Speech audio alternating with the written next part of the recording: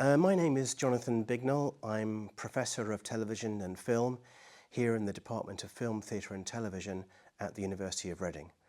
I have worked in this department for over 20 years, here in Reading for over 30 years, and my specialism is in how to analyse television programmes, particularly dramatic fiction programmes, and the history of how TV developed here in Britain and in other countries, particularly in comparison to the United States.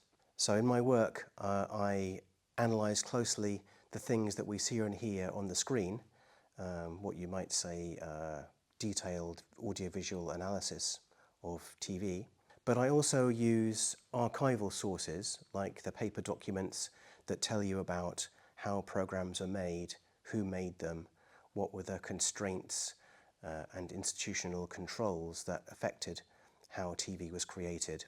And I look at the way that the history of the medium of TV, and particularly in Britain, has impacted on British culture and how it connects to a broader cultural context within the UK. My first degree was a degree in English literature at Cambridge University back in the 1980s. And I became interested in storytelling, in narrative construction in texts. And so after I finished my English degree, I moved on to do a master's course that involved studying not only written fiction, but also TV fiction and cinema. And so I was using techniques of analysis that are used in analysing literary narrative and thinking about how they could be applied to an audiovisual medium. And that's what I learned to do when I was a master's student, and then I went on to write a PhD about narrative forms in film and TV. And from there, I got my first job in a university, which was here at Reading, where I taught both literature and film and TV. And over the years, I've moved further and further away from literary studies and more into the study of television and sometimes cinema. The two most influential people on my methodologies for analysing television and film and literature too were two academics who taught me when I was a student. The first of those is a guy called Raymond Williams, who was a literature professor but also wrote a very influential book about how to study TV, which was published in 1974. And he is, I guess, thought of as the founding father of television studies in the UK, dating back to the early 70s. And so his argument, I guess, is to say we should think about TV not simply as a medium of communication, but as something which contributes to shaping culture, something that shapes the ways we think about the world and the ways that we think about ourselves. And therefore, it's important to analyse how this medium works because it has such a central role in the mass culture of what was then the late 20th century and of course now into the 21st century. So Williams developed some methodologies for talking about TV, which I have certainly used ever since. And the other person who influenced me strongly was a critic called Heath, who also taught me while I was at university. He came out of the French structuralist movement of the 1960s, which wanted to look at texts in terms of the mechanics of how they are put together, structural analysis. So how do the components of words, images, sounds, music fit together into a kind of mechanism that generates meaning for a viewer or a reader? And that kind of approach, which is broadly a semiotic approach, is one that I've also followed for the decades ever since. So all of my work really has its foundations in being taught by those two people. One of the things that's really good about living and working here in Reading is that in the suburb of Caversham in the north of Reading, that is where the BBC's written archive is located. The BBC was the organisation that started radio broadcasting in this country in 1922 and then started TV broadcasting here in 1936. And in both cases, Britain was the first country to have national broadcasting in radio and TV in those years. We pioneered those media forms a long time ago. And the BBC was the organisation that did that. And because it's such a massive and long-lived organisation, it has elaborate processes for recording its own history, for keeping records of all of the programmes that were made, the people who made them, the scripts for programmes, the names of the contributors, how much people got paid, who designed programmes, who wrote the music, or everything about the BBC's output could potentially be rediscovered through the written records that it's kept over the years. And that's in addition to the copies of the programmes themselves, the radio programmes or the TV programmes themselves on videotape or audio tape or film, which they don't have complete records of because a lot of it was lost. The paper records have survived much more, and so a lot of the work that I do on the history of TV relies on the written records, the paperwork about programmes that tells you who made them and how they were received by audiences. Television began in Britain in the autumn of 1936, before World War II, when TV was broadcast from a big transmitter in North London to the relatively small number of households that owned TV sets. TV sets in those days were very expensive, and so you had to be a middle-class professional person to afford to own a TV. And so the first programmes before World War II were only seen by a small, socially limited kind of group of audience. TV stopped during World War II, partly because it was expensive and the money was needed for the war effort, and secondly because there was an anxiety that transmitting TV signals would be a way for enemy bombers to locate London targets and kill people. So the signals were shut down. There was no TV during World War II. Then TV restarted after the war in 1946 and slowly built up again to become the massive industry that it is now. Apart from that key moment of restarting broadcasting in 1946 from London, I guess the next important stage in the history of TV in Britain would be in 1955. There was pressure from commercial operators, entrepreneurs and big companies to make television that would offer advertising, rather like the American television system does. BBC has never had any commercials or advertising. It's supported entirely by what's called the license fee, which is in effect a tax that people pay. Everybody who owns a TV has to pay a license fee, and that's what funds the BBC. But in the 1950s, the movement to generate a new commercial television system led to the formation of the ITV channel. ITV stands for Independent Television, and that's TV with adverts, with commercial breaks. And so a second channel alongside BBC was created in Britain in 1955, and viewers could choose between watching either the non-commercial BBC service or the commercial ITV service. ITV needed to generate big audiences so that the advertisements shown on the channel would communicate information about products on behalf of the people who had bought the advertising. ITV sought big audiences because big audiences meant big profits for them. ITV devoted itself to making more popular programming than BBC did, programming a bit more like American television.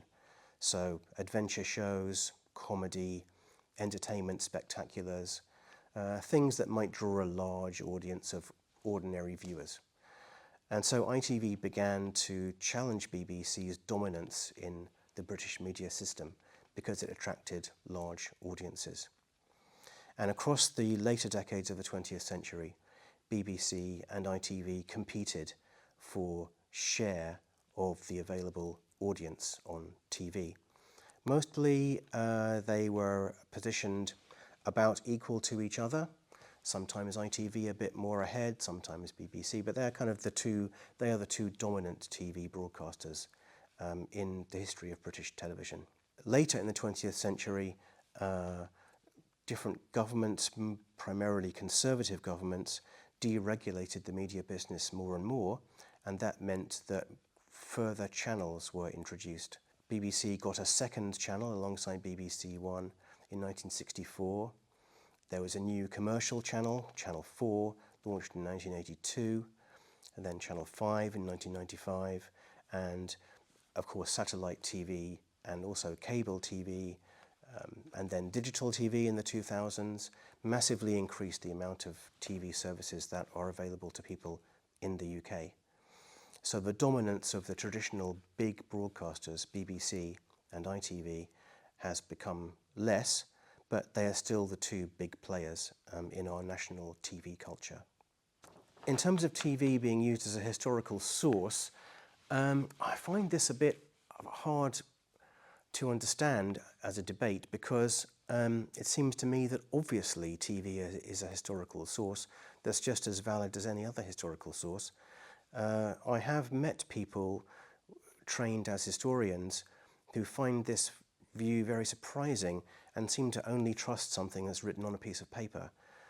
To me, that is ridiculous, because you can look at both fictional and factual TV programming, news, sport, fashion programs, discussions, all sorts of things, to understand how society represented itself to itself in the past, and how different kinds of people, experts, ordinary people being interviewed by reporters, politicians, sports people, pop stars, how they articulate their sense of what matters to them, what Britain is like, what are the values which are important to society at a particular time, their position on different controversial issues. Surely all these things can be validly captured by programs made for TV, and thus those programs are a valid historical source. Of course, you can't always be sure that what you're seeing is going to be accurate, true, a fair representation of a general view of society at a particular time. But isn't that also true of newspapers, letters, people's private diaries? All of these things are written from a particular point of view, just as TV programs are made from a particular point of view. So I don't really see why somebody should think about audiovisual sources as being any less than written ones. There's a wide variety of different kinds of documentary, but in all cases, I would argue, documentary is a form of storytelling about the real world. When we are analysing a documentary piece, documentary film or documentary TV show, we should be asking ourselves what sequences have been chosen to represent this reality, which sequences were not chosen, and how do the sequences that were chosen get shaped into a structure, because of course all films, all programs have to have a beginning, a middle and an end.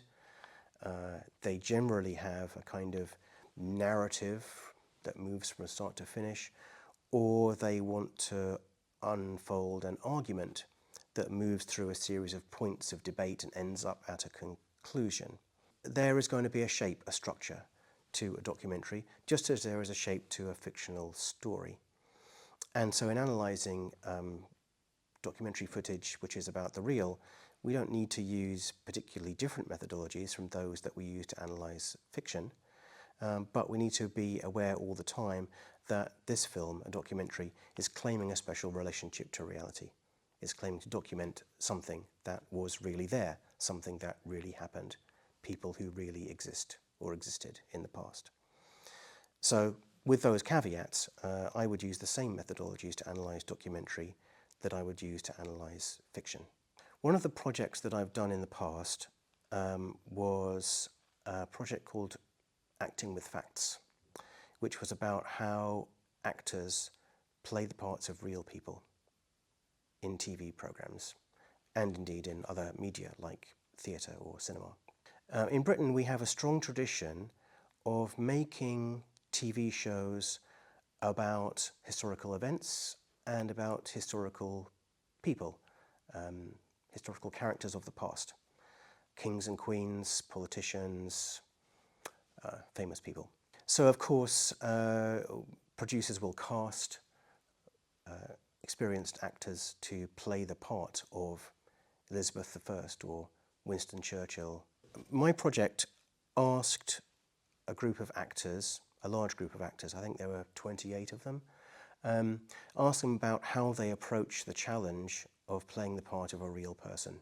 And we interviewed these people and then collated the results to try to understand whether there were common approaches among the ways that they did this acting job. And there were, perhaps not surprisingly. First of all, for almost all of the actors that we talked to, playing a historical person was to them, in principle, no different to playing a fictional character.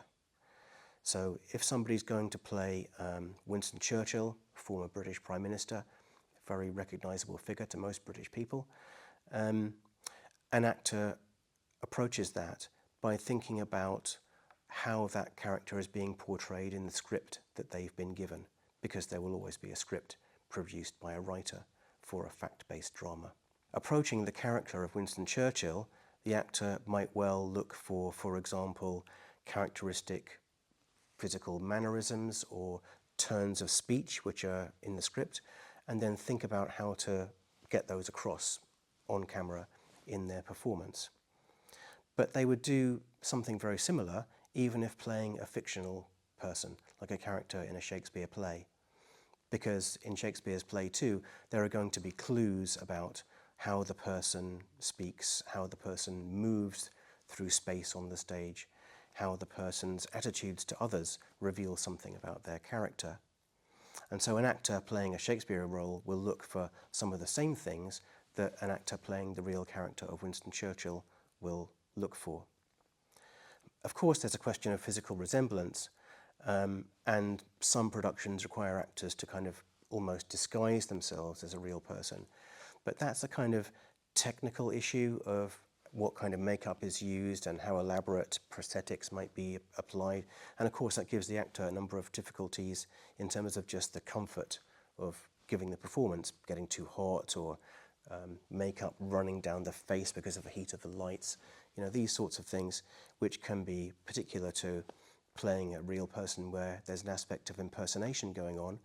But mostly that's not what actors care about. What they care about is finding a coherent sense of a character.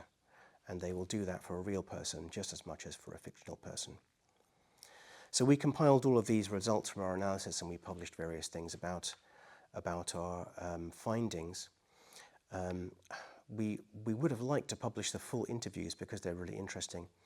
But unfortunately, this was done in the age shortly before the internet, and so we didn't have the right kinds of copyright permissions to do it, so we could never do it.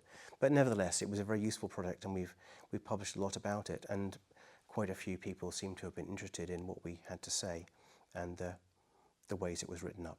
One of the distinctive things about the University of Reading is that its special collections, which is like a part of its library and its archive, it holds the world's largest collection of materials relating to the playwright Samuel Beckett.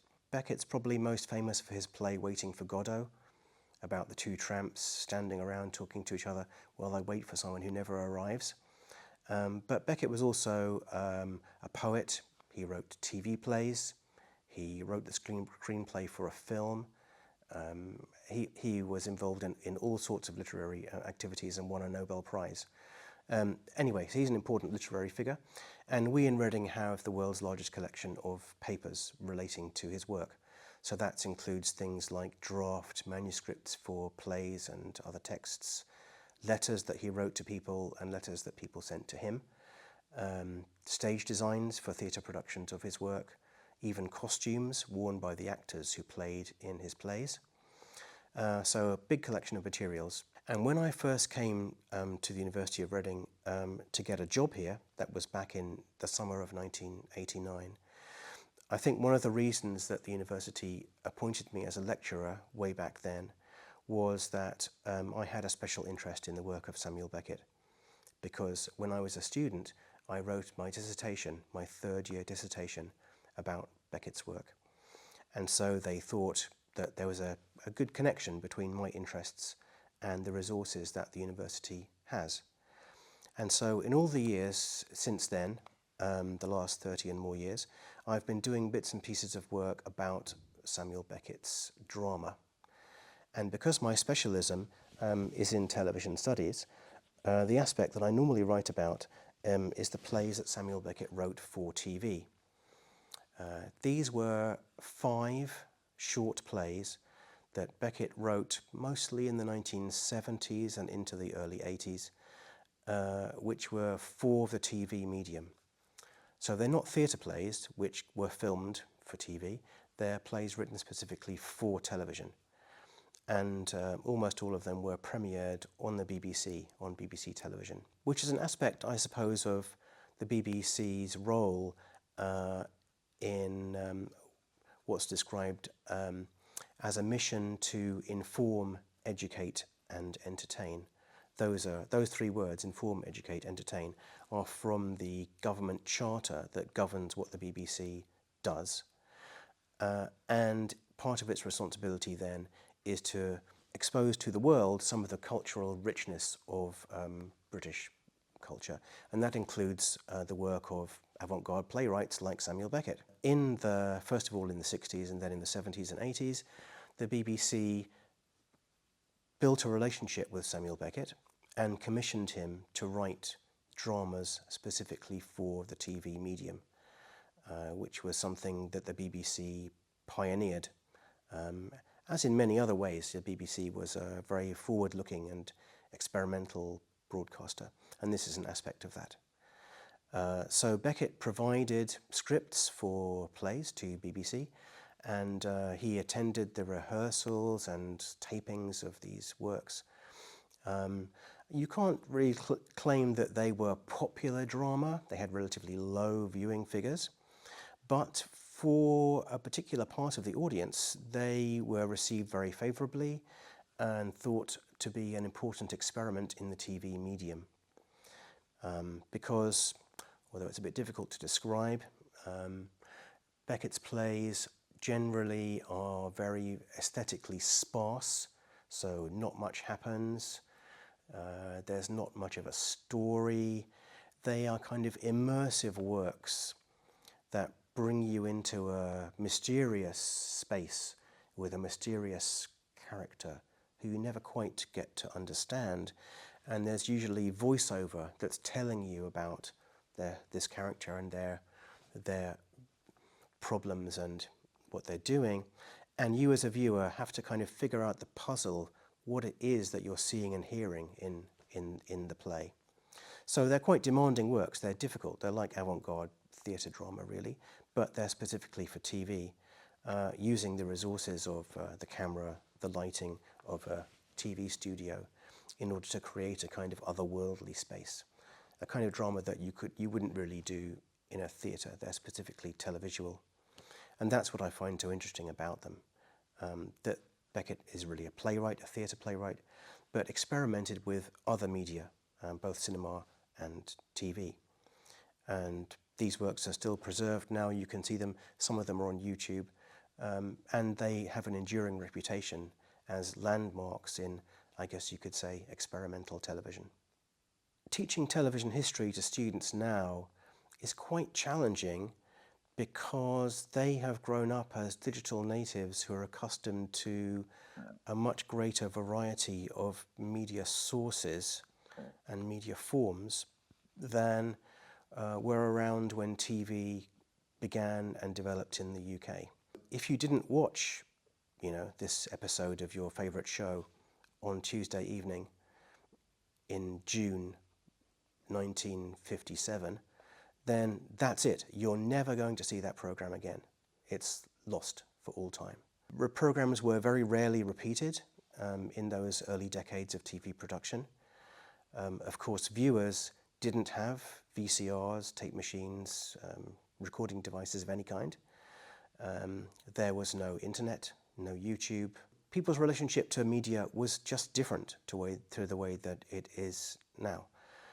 Programs were broadcast live at a particular time on a particular day, and viewers watched them and they would never see them again, except in very rare cases of something being repeated at a later date.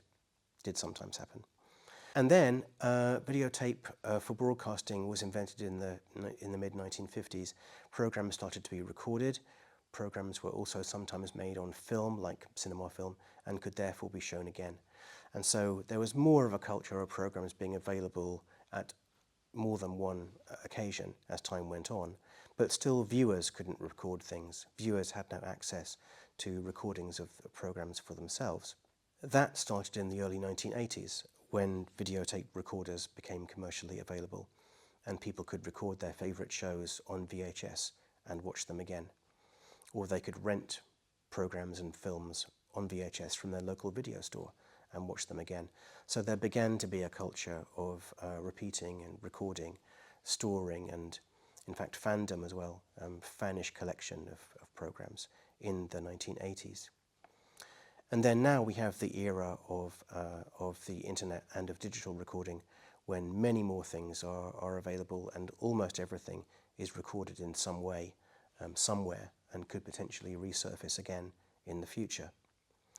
So if you're an 18-year-old and you grow up in that culture where everything seems to exist all of the time, forever, then it's very hard for you to understand what it might have been like to live in an age where you only get to see something once and never again, and where performances, TV performances, are given live, and that's the only chance you get to see them. So it's a challenge to try to take students back into that past environment, and so I guess inevitably the ways that we have to do that are by simply showing examples of programs that were preserved. There were some which were recorded mainly by the broadcasters themselves for their own internal use, and we have access to some of those. So we try to give people a feeling of what it might have been like to watch TV in the past, although that's quite hard to do. We can also, of course, use some written sources. We can look at reports that viewers gave about their thoughts and feelings about programs. We can look at ratings, how many people watched something, and sometimes we have some more qualitative information about audiences' feedback. So we can try to reconstruct what past viewing might have been like, but it's quite difficult because the technology and the attitudes to the media are now so different. When we teach TV and indeed film here, we use analysis of short extracts a lot in our teaching. The analogy is, I suppose, that if you were teaching literature, you were teaching a novel by Charles Dickens or something, most likely you would at some point stop in your class and ask students to look at a particular paragraph, from page 127 of David Copperfield or something, and you would analyse closely how Dickens's language works and how patterns of imagery and language use tell you something about the characters and the fictional world of the novel David Copperfield. Well, we do the same thing in TV studies and film studies too.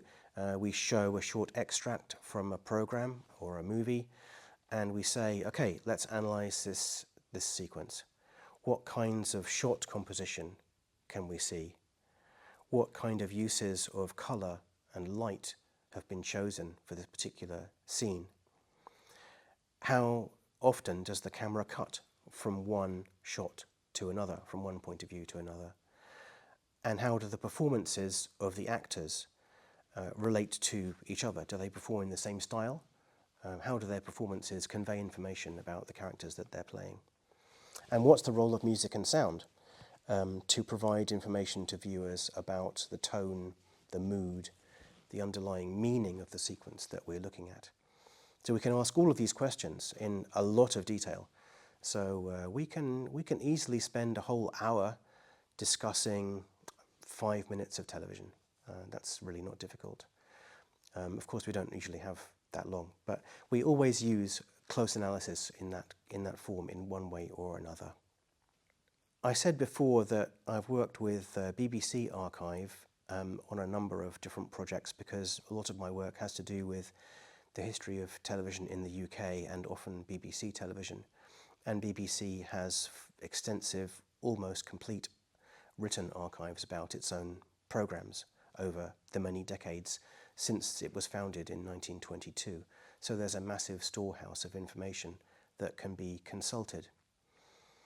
The difficulty with using audiovisual archive is another different kind of challenge because usually that material is more closely controlled by copyright permissions because it can be licensed and sold commercially for use by people like documentary filmmakers. For example, if you were making a documentary about the UK Parliament, you might want to use some archive clips of journalists talking to politicians, for example, about political affairs. And such archive clips, audiovisual clips, are usually commercially licensed, and they cost money for people to use within a documentary film. In academic use, we're usually talking about written materials rather than audiovisual ones, because, of course, we normally write about our topics rather than make films about them. And it's easier to get permission to quote from written archival materials than audiovisual ones. We still have to ask, but we don't normally have to pay much, if any, money to use quotations from archival sources in our work.